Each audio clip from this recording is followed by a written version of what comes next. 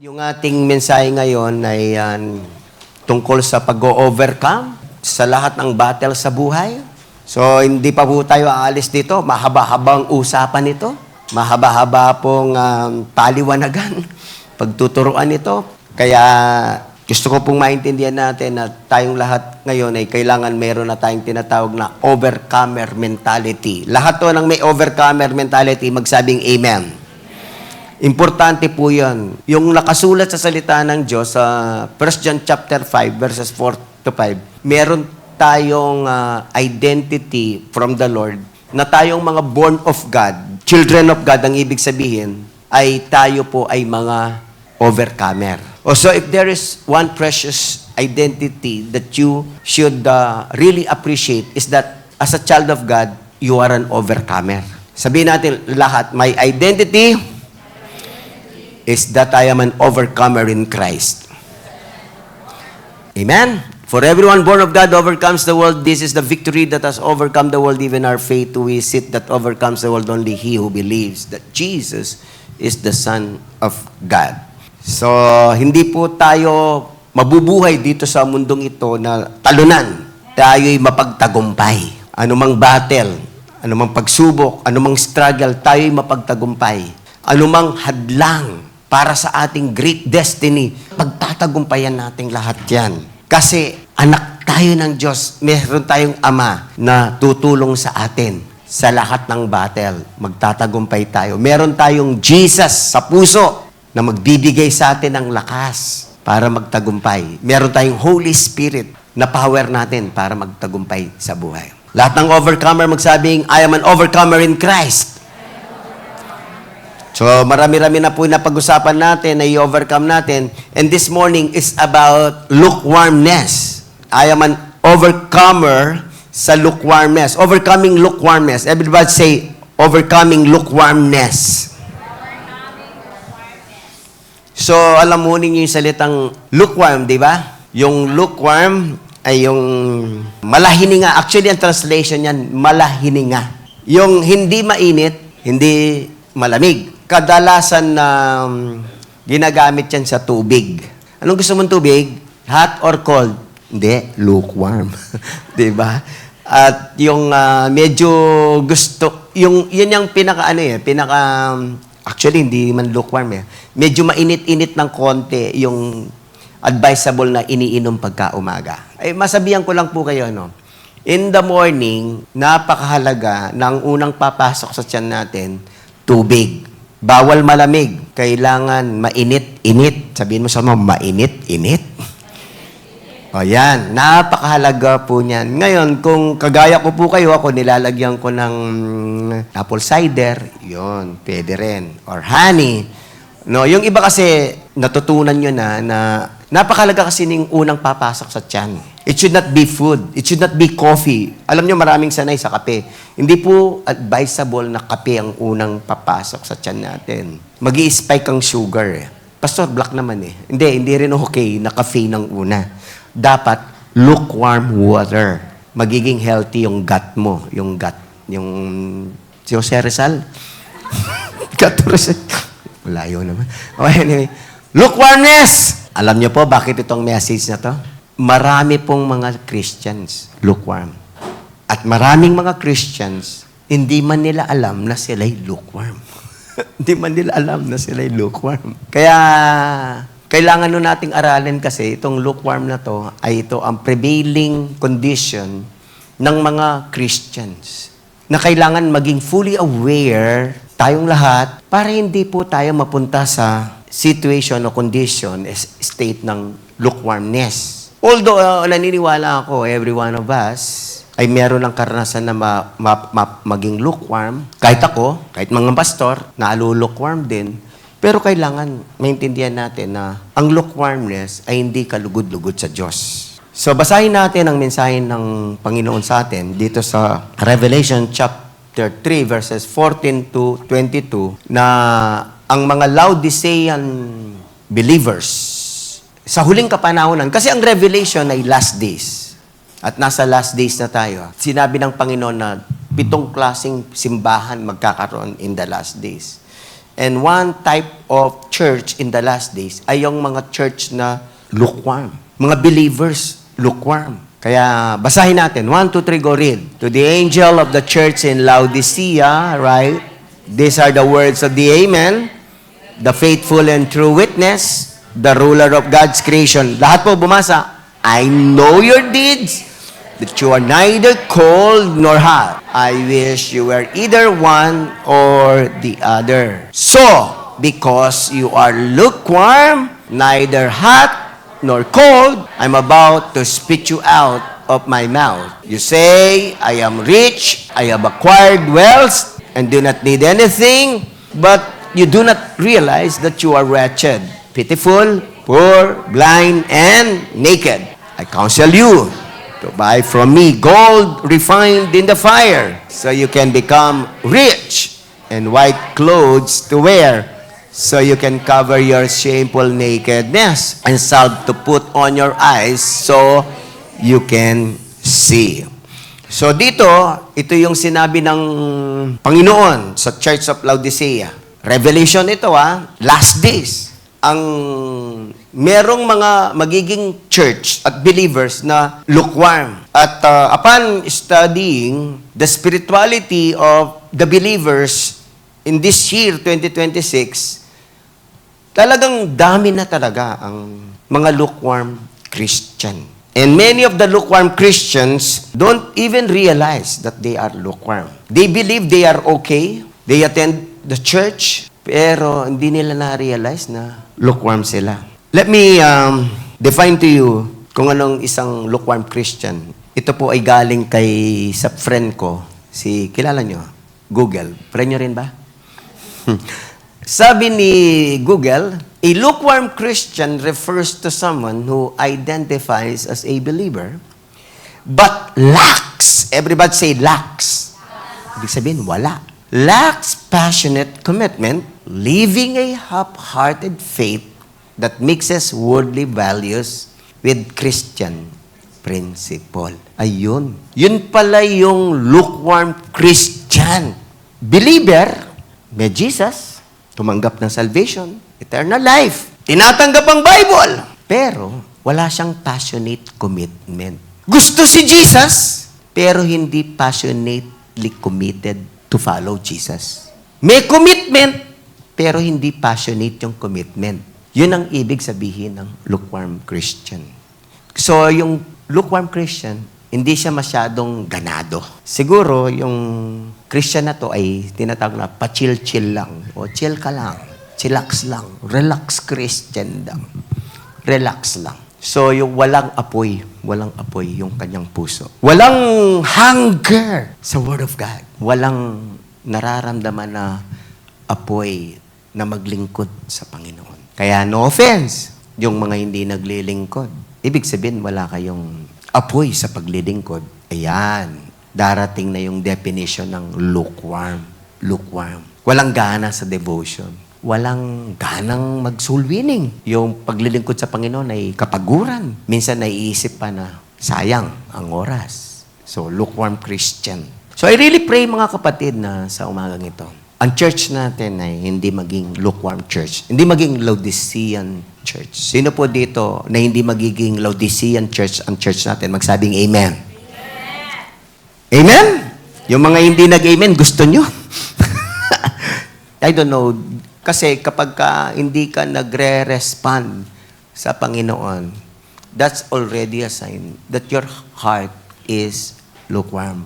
Di ka na nagre-respond Di ba? Kailangan mga kapatid, pagka narinig natin ang salita ng Diyos, ay nagre-respond tayo. Amen? So, ito po ang message ng Panginoon sa atin. Ma-realize natin na ang pagiging lukewarm ay ayaw ni Lord.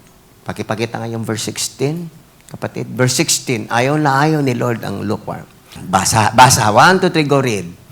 So, because you are lukewarm, neither hot nor cold, I'm about to spit you out of my mouth. Wow. Matindi, no? Matindi po yung nakasulat sa Biblia. Alam niyo kung sino nagsabi niyan? If you're going to go back to verse, I think, 15, The one who said that is Jesus Christ. Pakipakita mo nga kapatid yung, sabi rito, to the angel of the church in Laodicea write, these are the words, ito yung mga salita ng Amen. By the way, one of the names of Jesus Christ is Amen. Kaya nga yung pag-i-Amen, hindi nyo dapat mini-misuse. Hindi nyo po ginagamit ng walang kabuluhan kasi that's one of the names of Jesus Christ. Although ang meaning niya ay siya nawa. Yan ang sa Tagalog, siya nawa. Pagka nag-pray ka, ito po ang panalangin namin sa pangalan ni Jesus. Amen. Siya nawa. But it also means Jesus. These are the words of the Amen, the faithful and true witness, the ruler of God's creation. I know your deeds. Alam ng Lord ang ating mga ginagawa. Alam niya kung lukewarm ka o hindi. Walang sikreto. Lahat alam ni Lord. Amen? Minsan, akala natin, alam natin ang sarili natin, kilala natin ang sarili natin. Pero you're going to agree with me that God knows you better than you know yourself. He knows everything about you. God knows all our deeds. Kaya mga kapatid, alam niya kung lukewarm ka o hindi. Amen? So alam niyo kung anong dapat gawin para malaman niyo kung lukewarm kayo o hindi. Number 1, sincerely pray for the conviction of the Holy Spirit and see the signs of our lukewarm heart. Pag-pray mo kay Lord, convict niyo po ako kung lukewarm ako o hindi. Lukewarm ba ako? Ang Holy Spirit ang nakakaalam. Tayo kasi, minsan, hindi natin maamin. Hindi natin ma-admit na tayo ay lukewarm. Why? The enemy is so scheming and cunning, masyadong napakatalino ng diablo na mapaniwala niya tayo that there's nothing wrong with us. That we're just okay with our relationship with God. Ay, ang dami ko na po nakausap. Hindi nag-a-attend sa church. Kumusta ka na? Okay lang ako, pastor. Pero hindi nag-a-attend ng church. Ilang years na. Okay lang ako, pastor. Binibless ako ni God. So, ang blessing ng Panginoon ay mercy and grace niya doesn't mean to say may blessing ka, okay ka. Amen? So, mga kapatid ko po, gusto ko pong sabihin sa ating lahat na tayo po'y mag-pray sa Holy Spirit. Mag-pray tayo sa Holy Spirit. I-convict niya tayo kung tayo ay lukewarm. Only the Holy Spirit knows. Only the Holy Spirit knows. But ako, bilang pastor, siyempre, may palatandaan yung mga lukewarm eh. Di ba? Sa lakad pa lang, alam mo na, lukewarm. Tanong niyo, paano, pastor? Pagka sa church, ang bagal. O kaya magcha-church na, church tayo. Ako muna, antok pa ako. Di ba? May mga palatandaan yung lukewarm eh. Di ba? Devotion ka na ba? Huwag kang judgmental Alam nyo ngayon, ang pinakamatinding pananggalang na depensa ng mga Kristiyano, huwag kang judgmental. Pero sa totoo lang, tinanong mo lang, nag-devotion ka ba? Hindi naman nag-devotion. Kasi kung nag-devotion yun, syempre ganun eh. Pero pagka ang sagot, huwag kang judgmental, bibigyan ko kayo ng clue. Pagka ang sagot ng Christian, huwag kang judgmental, hindi niya ginawa yun. Tama? Pagkitanong alam mo, tama? Sabihin mo sa katabi, huwag kang judgmental. Ay nako, ang isa sa mga napakatinding shield ngayon, mala Captain America na shield na hindi tinatablan. Huwag kang judgmental. So, napakatinding panangga para makonvict ng Holy Spirit. Yung salitang, huwag kang judgmental. Alam niyo po, parati ko sinasabi, the Holy Spirit is going to speak to you and convict you of anything that is wrong in your life. Trabaho ng Panginoon yun. If there is something wrong with your spiritual life, there is something wrong with your belief system, with your core values, if there is something wrong with your habits, the Holy Spirit is going to speak to us and that is called conviction. That is called convict you. When He speaks to us, He convicts us. Yan ang ginagawa mo, hindi tama. And He will also convict us if what we're doing is right. Sabi niya, tama yung ginagawa mo. You're doing right. You're doing right. So, kapatid, the best thing for us now in the last days is this. Holy Spirit, convict niyo po ako pag ako po ay nalulukewarm na. O kaya kahit ngayon sa oras na to, ask the Holy Spirit, please convict me kung ako'y lukewarm Christian. Nang ibig sabihin ng lukewarm Christian, Believer ka, pero walang passionate commitment to obey God. Walang passionate commitment sa panawagan mo. Wala kang passionate commitment. Basta kasi ang lukewarm, walang passion. Walang passion. No? So, yun ang ayaw na ng Panginoon, yung maging passionless yung Christianity natin. Dapat, ang Christianity, ang gusto ng Panginoon, passionate. May apoy, may sidhi, may sigasig. Yung ating pananampalataya, yung ating relasyon at sa ating pagsunod sa ating Panginoon. So, sino po dito ang sa oras na to, na kapag kinonvict kayo ng Holy Spirit na lukewarm kayo, ay aayusin nyo ang buhay nyo, magsabing Amen. Number 2, this is the thing, Kasi, iba kasi kapag ang Holy Spirit nangusap sasabihin niya sa'yo, lukewarm ka. Kasi kapag minsan, yung tao, minsan na tayo na stumble pa tayo, nagagalit pa tayo Kaya nga sinasabi ko, seek the Holy Spirit. In the last days, marami na yung lukewarm. Please, kapatid ko, maintindihan mo na ayaw ni Lord ang lukewarm. Sinusuka nga niya Spit out, di ba? Nakasulat. Pakibalikan na nga natin yung verse, spit out, kasi para tumatak ito. Pakibasa natin ulit. 1, 2, 3, go read. So because you are lukewarm, neither hot nor cold, I am about to spit you out of my mouth. Ini-spit out. Pero sabi rito, about pa lang naman about. So hindi pa i-spit out yung lukewarm. Pero siguro pagka yung lukewarm nagtagal, ayun na, doon na i-spit out. No?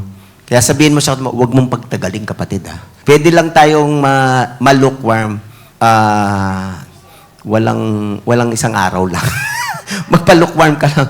Sige, ayaan mo lang Hindi, pero siyempre nakaka-deceive yan Pagka inayaan mo ma-lukewarm ka ng isang araw, magiging 2 araw yun di ba? So mga kapatid, ito po yung gusto kong maintindihan ninyo. Si Jesus, the Amen, the faithful and ruler of God's creation, ay love niya tayo. Tsaka yung love niya, hindi na talaga magbabago yan Hindi na talaga magbabago yung pag-ibig niya sa'yo. Constant na. Kahit ano pang gawin mo, lukewarm ka man, backslider ka man, love ka pa rin ni Lord. Amen? Pero ibang usapan kung natutuwa siya Kasi kapag totoo kang Christian, hindi lang yung gusto mong ma-realize love na love ako ni Lord kahit ang gawin ko. Hindi, gusto mo rin, Lord, love na love mo ako, gusto ko love din kita. Love din kita, Panginoon. At yung love natin sa Panginoon, ayaw niya na walang apoy. Gusto niya nga maapoy yung love natin sa Kanya. So number 2, the second thing that I would like you to understand eto nakikinig ka na sa Holy Spirit, understand well the reasons and causes of lukewarm heart towards God. Ano ba yung dahilan? Bakit ka naging lukewarm? Diba? Ano ba yung dahilan? Hindi ka naman basta-basta nalulukewarm May dahilan po yun bakit ka nalukewarm. So dito po sa Revelation, sa Church of Laodicea, pakinggan na natin yung dahilan nila, yung dahilan. Dito, na sinabi ng Panginoong Yesus, ng Amen. Ito, basa. 1, 2, 3, go read. You say, I am rich, I have acquired wealth, you do not need a thing, but you do not realize that you are wretched, pitiful, poor, blind, and naked. I counsel you to buy from me gold refined in the fire, so you can become rich, and white clothes to wear, so you can cover your shameful nakedness, lay salve to put on your eyes so you can see. 3 things I would like to summarize from these 2 verses. Number 1 is self-sufficiency. Nakaka-lukewarm ang self-sufficient, na you don't need God anymore in your life. Sabi ng verse 17, can we read again verse 17 please? You say, I am rich, I have acquired wealth, and do not need a thing. So you do not need a thing. You do not need God anymore.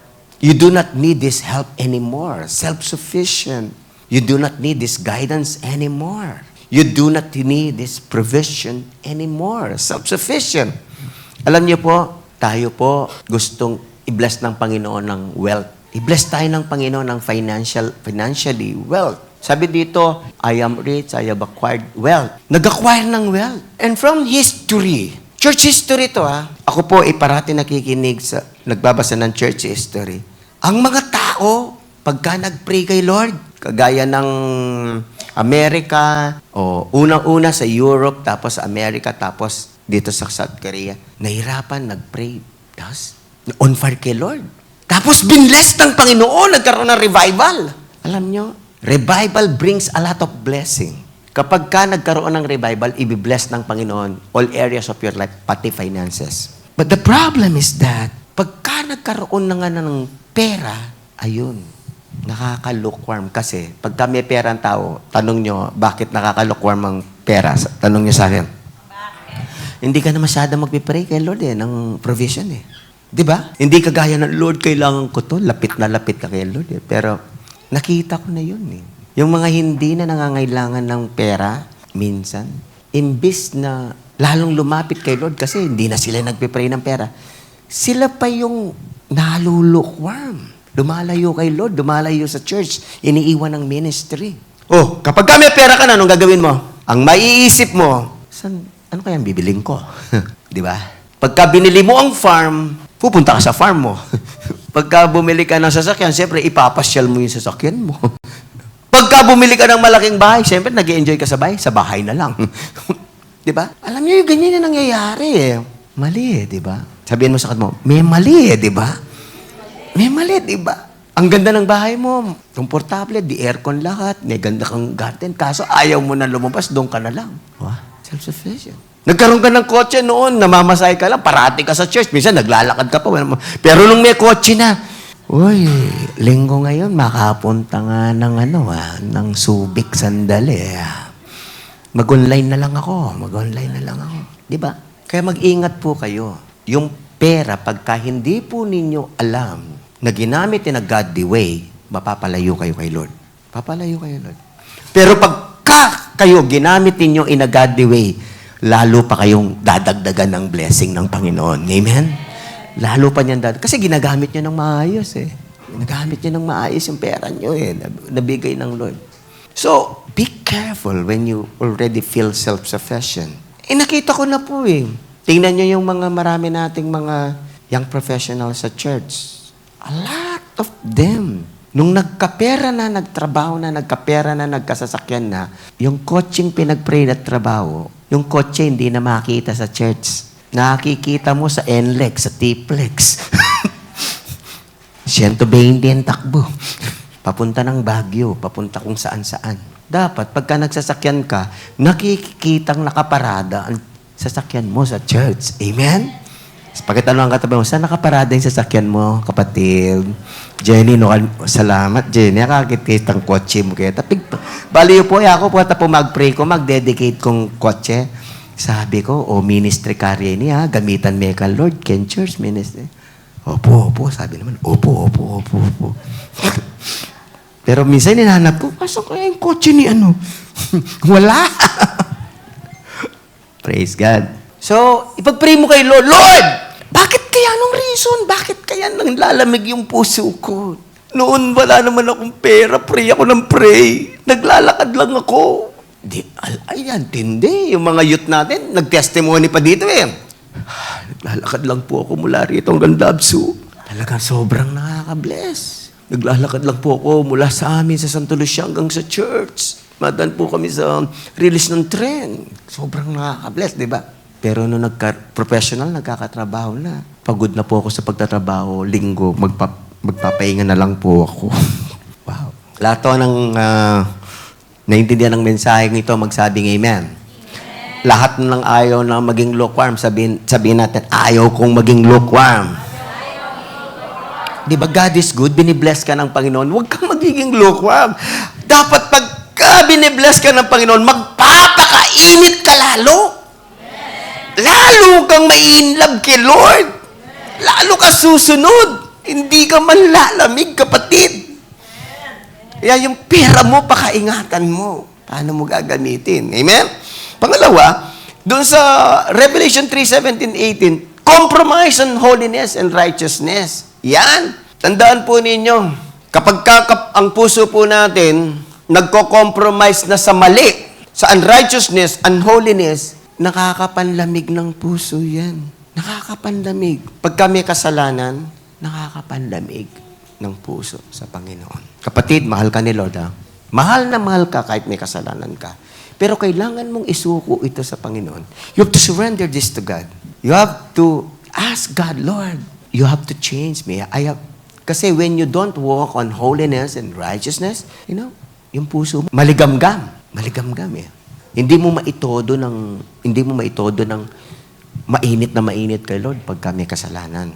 Kaya, mga kapatid, kailangan lumakad tayo sa holiness and righteousness. Sabi ng verse 18, let's read verse 18. I counsel you to buy from me gold refined in the fire so you can become rich. And white clothes. Everybody say white clothes.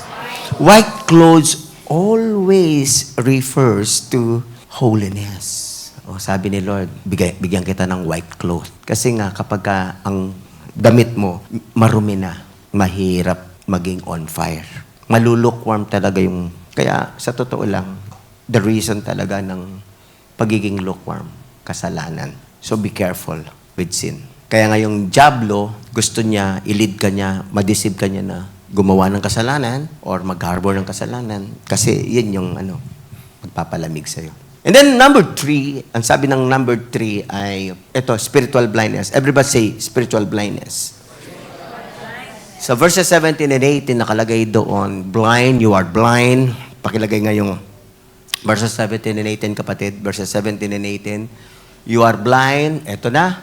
May spiritual blindness na. Tapos, sabi ni Lord dito, salve to put on your eyes so you can see. You don't see anymore. You don't see revelations anymore. You don't see the promises of God anymore. You don't see the great plan of God anymore in your life. So you don't see the work of God in your life anymore. You take for granted yung presence ng Panginoon. You take for granted all His blessings. So yun ang nangyayari, spiritual blindness. Yung wala ng revelation. Pakitanong ang katabi, may revelation ka ba, kapatid?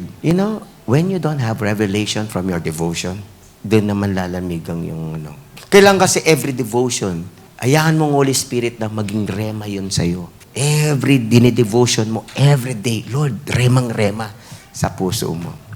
So ano po yung dahilan? Bakit nanlalamig? Kayo, bakit kayo nanlalamig? May sabihin po ako sa inyo, no offense, I love you, lalong-lalo na yung mga Gen Z. Ang isang nagpapalamig talaga dito, spiritual blindness, may spiritual blindness sa social media, sa screen time. Pagka tinanggap nyo to, lalaya kayo. And many youth, they don't accept na yung social media ay nakakapagpalamig ng pananampalataya. Nagpapalukewarm. Alam niyo bakit maraming youth wala dito? Naglaro ng games, nag-social media hanggang alas 3, alas 4, alas 5, alas 6. Katutulog lang kaya wala sa church Kapatid, pray to the Holy Spirit. Show to you. Kasi sinabi na ng lahat ng mga neuroscientists, too much exposure on screen time exposure, too much. Extreme. More than 2 hours. Ano yung extreme, Pastor? More than 2 hours. Sabi ng World Health Organization. One is addicted to social media when a person spends more than 2 hours a day on social media. Kasi every time you look at your phone or your tablet screen, meron pong tinatawag na dopamine strike o may dopamine release, pleasure hormone. So yung brain mo sobrang active, dopamine. Kaya yung brain tamad na. How can you afford to spend 2 hours on your screen and then you cannot spend only 15 minutes on your devotion? Diba? On prayer. How can you spend more than 2 hours on screen time and then you cannot join 2 Chronicles 7:14 prayer? Tapos tatanungin kita, sino po dito ang nakikinig? Magsabing amen. Ano ang importante? Prayer o screen time? Oh, every one of you will say prayer. Good. Check kayo. Pero, totoo ba? Pakitanong ang katabi mo, check ka pero totoo ba sa buhay mo? I don't judge you. Pero, ganun lang ang buhay ng Kristiyano. Pastor, napakalaga ng panalangin. Sobrang halaga ng 2 Chronicles. Sino po dito ang gusto magkaroon tayo ng prayerful church? Magsabing amen. Lahat ng born again gusto magkaroon ng prayerful church, prayerful pastor. Pero paano magiging prayerful ang church kung ang mga miyembro hindi prayerful? Paano tayo magiging prayerful kung hindi ka prayerful, kapatid? Pangarap ka na lang ba?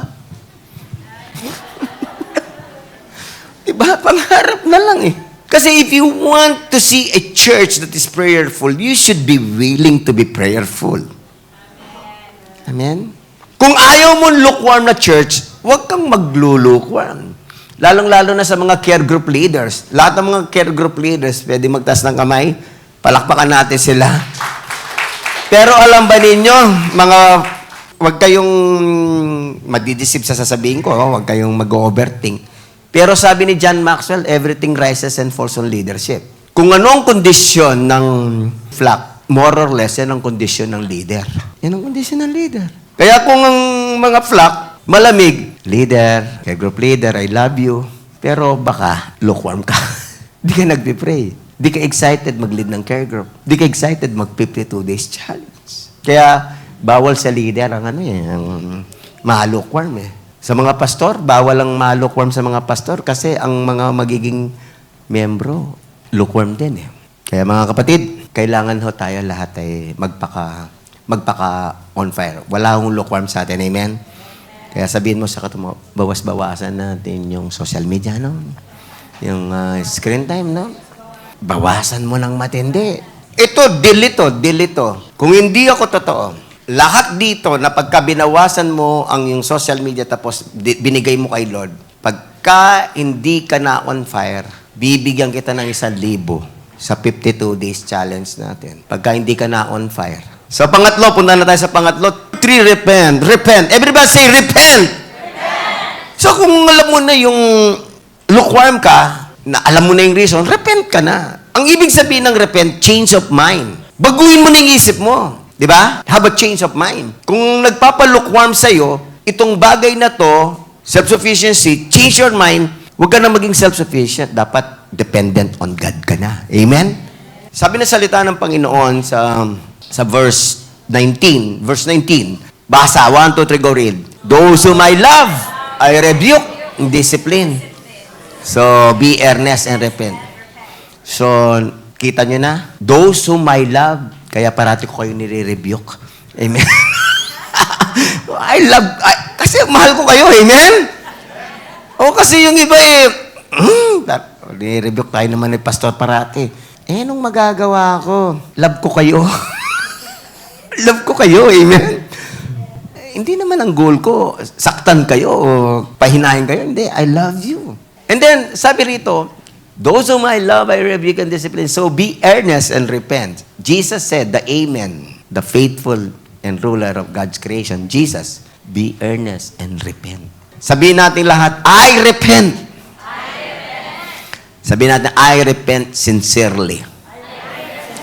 Ayan, diyan ka na may pag-asa na mawawala ka na sa pagka-lukewarm. When you repent, ayaw mo na. Ayaw kasi ni Lord. Mai-spit out ka. Lord, ano kaya yon?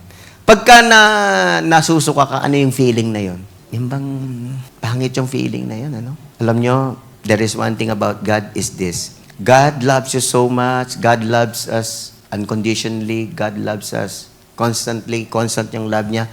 Pero ito lang sasabihin ko sa inyo, God does not tolerate anything wrong with you. Any evil in you, hindi niya ito tolerate.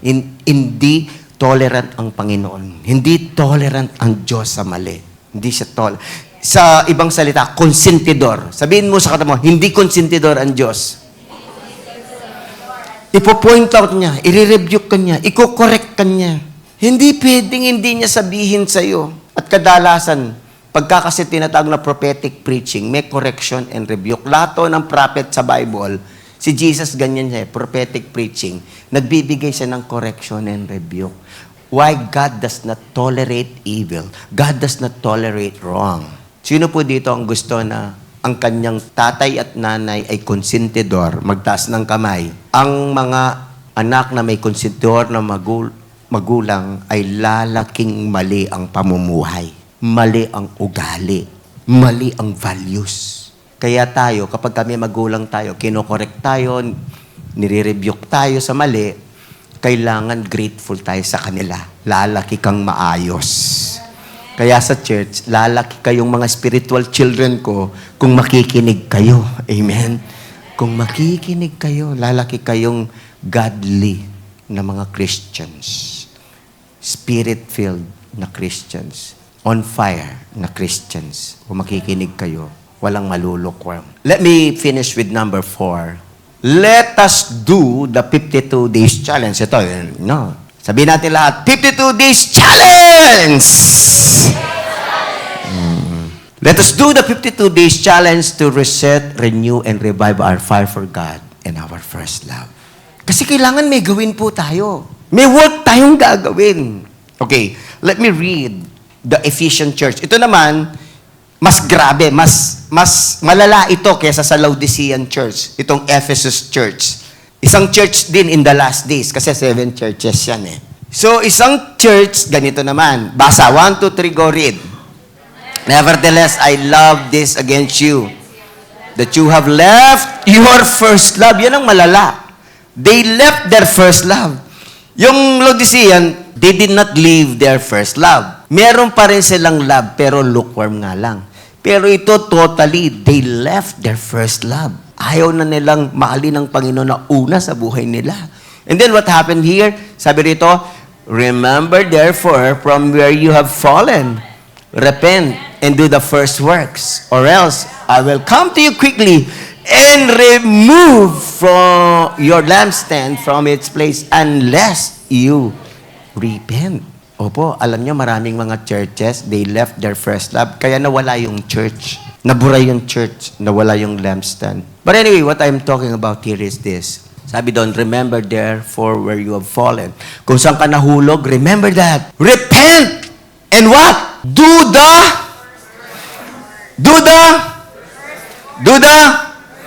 everybody say first works.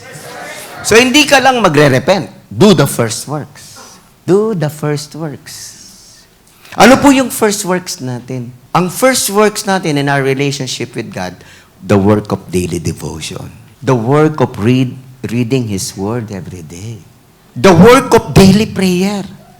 Communing with God. The work of attending church to worship Him and to be strengthened. The work of attending care group. Yan ang mga first works po natin. Sinamarize lang po sa G12 na basic Christian lifestyle. Pakilagay mo nga kapatid yung basic Christian lifestyle. Ang basic Christian lifestyle, yan yung mga first works po natin. Na after you repent, you must do the first works. Hindi pwedeng, ay, Lord, I repent. Pagkatapos mo mag-repent, anong gagawin mo? Di ba magandang yung first works, very clear. Ito yung gagawin mo, ito yung first works mo. Very clear. Hindi ba pagka ikaw ay nare-revive, gusto mong magbasa ulit ng Bible, di ba? Gusto mo ulit mag-pray. Gusto mo ulit mag-attend na Sunday worship, care group meeting, discipleship called mentoring, and you want to do the Great Commission. Yan po yung mga first works. At yan po yung basic Christian lifestyle sa G12 Vision at sa ating 52 Days Challenge. Yan yung ginagawa natin na pinagtutuunan ng pansin every day. Kaya nga sabi ko nga sa inyo, ito. Lahat ng nakikinig, sabi ng amen. 52 Days Challenge, mag-uumpisa sa August 3. Kaya po tayo merong 52 Days Challenge para tayo'y ma-reset sa ating faith. Ma-renew yung ating love. Ma-revive tayo sa ating relationship kay God. Sino po yung gusto magsabing amen? So, anong gagawin mo? You have to do the first works. You have to do the 52 Days Challenge. Lahat to ng mga neuroscientists, neurologists, 21 days lang ang bibigyan sa'yo ng 21 days lang ang sasabihin sa'yo.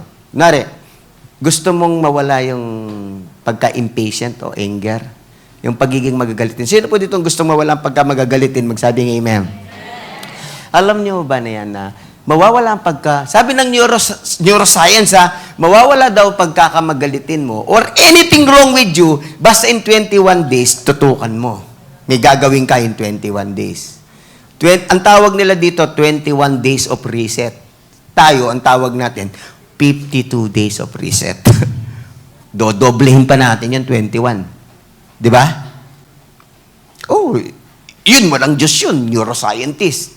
They prove na something is going to happen and you can reverse anything in 21 days.